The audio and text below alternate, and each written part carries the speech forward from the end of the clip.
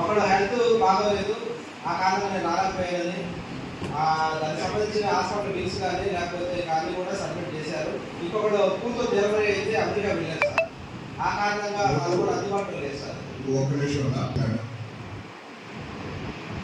రాజకీయ కారణాలతో ఎవరి మీద కక్ష సాధింపు చర్యలు తీసుకోవడానికి నేను మద్దతు ఇవ్వను. వార్డు సభ్యులకైనా, కౌన్సిలర్కైనా, ఎమ్మెల్యేకైనా, మున్సిపల్ చైర్మన్ గారికైనా ఆ అవకాశం ఉన్న చివరి రోజు వరకు ప్రజల కోసం పనిచేయడానికి ఉపయోగిస్తాం. పార్టీలకు అతీతంగా తిరుమూరు అభివృద్ధిగా మనం పనిచేస్తాము. నేను మొదటి రోజు చెప్పాను, అదే మోడల్ మీద నేను నిలబడ్డాను.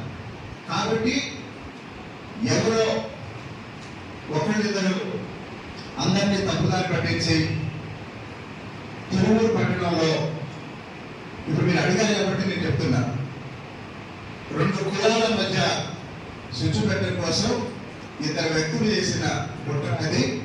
దాన్ని నేను పూర్తి స్థాయిలో తిప్పికొడుతున్నాను. దాన్ని ఎట్టి పరిస్థితుల్లోనూ అంగీకరించే ప్రసక్తి లేదు.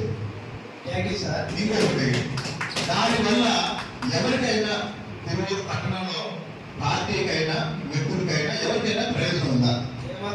ఏ ప్రయోజనం లేని పనికి మాలిన పనులు ఎవరో చెప్పారని మనం పట్టించుకోవాల్సిన ప్రసక్తి లేదు.